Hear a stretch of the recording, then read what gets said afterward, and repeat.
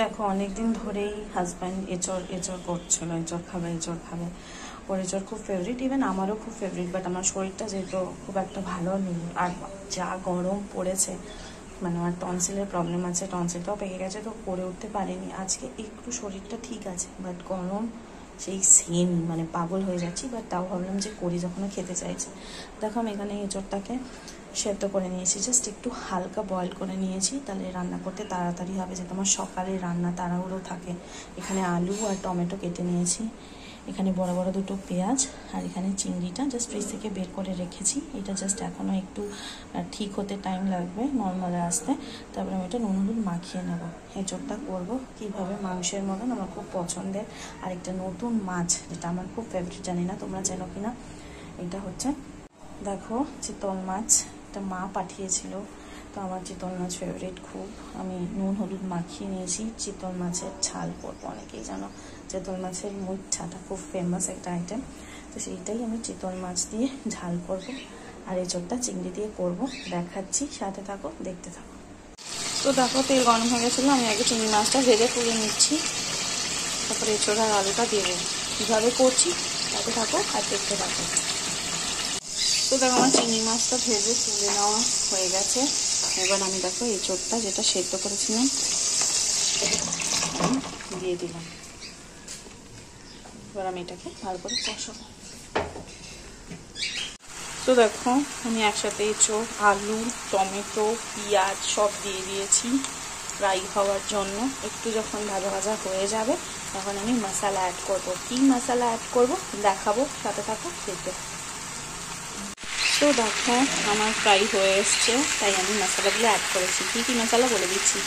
নুন স্বাদ মতো, লঙ্কার গুঁড়ো, হলুদ গুঁড়ো, জিরে গুঁড়ো দেওয়া হয়ে গেছে। এবার আমি একটু ভালো করে আবার কষাবো।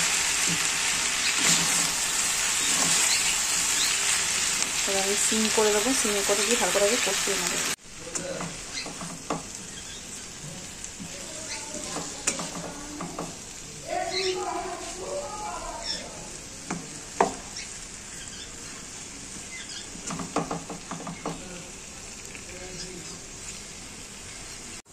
দেখো আমার ভালো করে কষানো হয়ে গেছিলো, আমি বড় 1 গ্লাস জল দিয়ে দিয়েছি। এবার জাস্ট আমি একটা ডিশ দিয়ে ঢেকে দেবো, এঁচড়টা আর আলুটা সেদ্ধ হয় যাতে। এঁচড়টা হালকা আমি বয়েল করেই নিয়েছি, বেশিক্ষণ সময় লাগবে না। জাস্ট ঢেকে দেবো একদম, যাতে গ্রেভিটা একটু থিকেনও হয় আর সাথে আলুটাও সেদ্ধ হয়ে যায়। তারপরে আমি চিংড়ি মাছ যেটা ভেজে রেখেছি সেটা দিয়ে দেবো। যে ডিশ দিয়ে কিন্তু আমি ঢেকে দিচ্ছি, এঁচড়টা যাতে তাড়াতাড়ি সেদ্ধ হয়ে যায়। আর এইখানে আমি চিতল মাছটা ভাজার জন্য দিয়ে দিয়েছি। এটা আমি একটু ঝাল মতো করবো, জিরে বাটা, একটু টমেটো সস আর মশলা দেবো। আমি দেখাচ্ছি আগে ফ্রাইটা হয়ে যায়, কিন্তু ফেভারিট একটা মাছ। তো দেখো আমার কিন্তু এই চচ্চড়ি রেডি।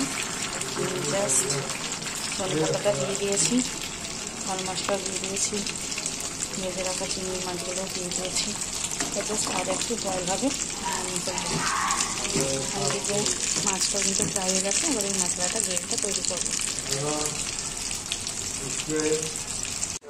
তো দেখো আমার কিন্তু কমপ্লিট হয়ে গেছে এই চিংড়ি।